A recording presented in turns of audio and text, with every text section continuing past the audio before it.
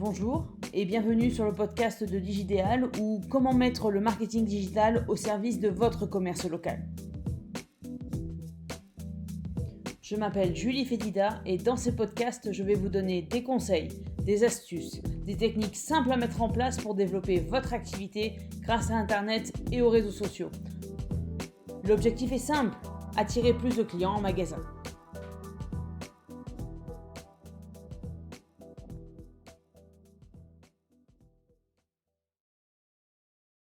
Cinquième podcast, le marketing digital, les idées reçues.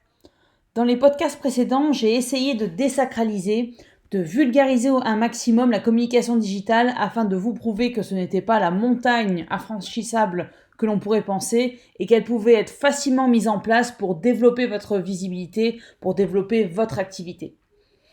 J'aimerais aujourd'hui continuer sur cette lancée et vous permettre de démêler le vrai du faux grâce à une série d'idées reçues largement répandues sur le marketing digital et les réseaux sociaux. Première idée reçue, faire du marketing digital, c'est uniquement faire de la publicité sur les réseaux sociaux et les moteurs de recherche. Eh bien non, pas seulement. Comme nous l'avons déjà vu, le marketing digital regroupe l'ensemble des communications faites par une entreprise sur Internet pour se faire connaître. Elles peuvent être organiques, c'est-à-dire gratuites, ou payantes. En clair, si avant vous aviez le bouche à oreille, aujourd'hui vous avez le bouche à oreille digital qui à grande échelle devient ce que l'on appelle le buzz. Vous aviez avant les affiches, maintenant vous avez les publicités sur les moteurs de recherche, les réseaux sociaux. Avant vous aviez vos vitrines, les vitrines de vos magasins, de vos ateliers. Aujourd'hui vous avez les sites internet, les pages sur les réseaux sociaux ou sur Google My Business ou sur toute autre plateforme en ligne. Comme avant, vous aviez les publicités dans les magazines et les journaux locaux, aujourd'hui, vous avez toujours ces publicités qui sont possibles. Mais il y a de plus en plus ce qu'on appelle le publi-reportage et il y a bien sûr l'avènement des podcasts.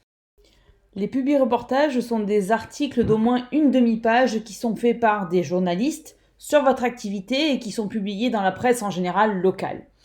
Et comme vous le savez, car vous en écoutez un en ce moment, un nouveau moyen d'être visible et de démontrer son expertise sur Internet est de publier régulièrement des podcasts. Les podcasts sont donc des bandes son qui sont données sur un sujet spécifique lié à votre activité, à votre expertise.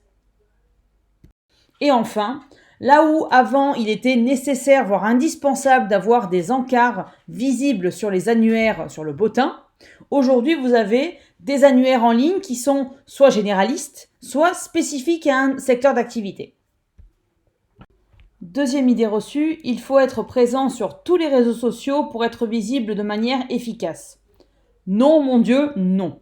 On parlait la semaine dernière de la création d'une page sur les réseaux sociaux, mais j'insiste sur le fait qu'être présent sur un ou deux réseaux suffisent en dehors de Google My Business. Il y a plusieurs raisons à ça. La première, votre cible n'est pas sur tous les réseaux sociaux, donc il est inutile d'être partout. C'est difficile de trouver quelqu'un qui soit à la fois sur Snapchat, sur Instagram, sur Facebook, sur Twitter, sur LinkedIn et qui soit actif sur chacun de ces réseaux. Donc il est inutile de s'éparpiller et d'être présent sur tous les réseaux sociaux. Deuxième raison, c'est que trop de publications tuent la publication. Vous risquez de vous épuiser et de ne pas avoir les retours escomptés, voire de lasser votre audience qui, dès qu'il tourne la tête, va voir votre logo. Ça va le gonfler.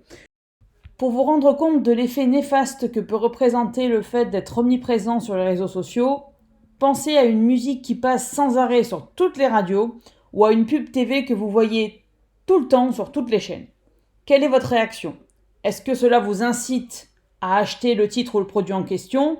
Ou est-ce qu'au contraire, vous allez être agacé et devenir plus hostile, entre guillemets, plus réfractaire à la marque ou à l'artiste qui est à l'origine de ce titre et de ce produit ? Et enfin, troisième raison et non des moindres, le facteur temps. En effet, le but n'est pas de s'éparpiller ni de passer des heures à planifier vos posts réseaux sociaux, mais d'être simple, direct, authentique et efficace. Surtout si votre ordinateur n'est pas votre meilleur ami, autant vous éviter de passer des heures dessus, mais plutôt de concentrer vos efforts. Troisième idée reçue, il faut faire de la publicité dès le départ, dès la création de nos pages sur les réseaux sociaux. Là encore, Non, la publicité ne sera pas rentable ni efficace si vous communiquez sur une coquille vide. Je m'explique. Il faut d'abord installer vos espaces, vos pages avec les informations essentielles dont nous avons déjà parlé dans le précédent podcast. Il faut commencer à construire votre communauté et votre présence grâce à des posts réguliers, cohérents et engageants. Il faudra au début adapter votre communication aux retours que vous recevrez et aux questions que vous poseront votre communauté. Et une fois seulement que la machine sera lancée, vous pourrez amplifier les résultats grâce à de la publicité en ligne. Voilà, c'est tout pour aujourd'hui. Je vous donne rendez-vous la semaine prochaine pour le marketing digital, les idées reçues, deuxième partie. Merci pour votre écoute et à la semaine prochaine. Si vous avez aimé ce podcast, n'hésitez pas à le partager, à en parler autour de vous. Et pour me suivre sur les réseaux sociaux, c'est Digidéal sur Facebook, LinkedIn et YouTube. À bientôt!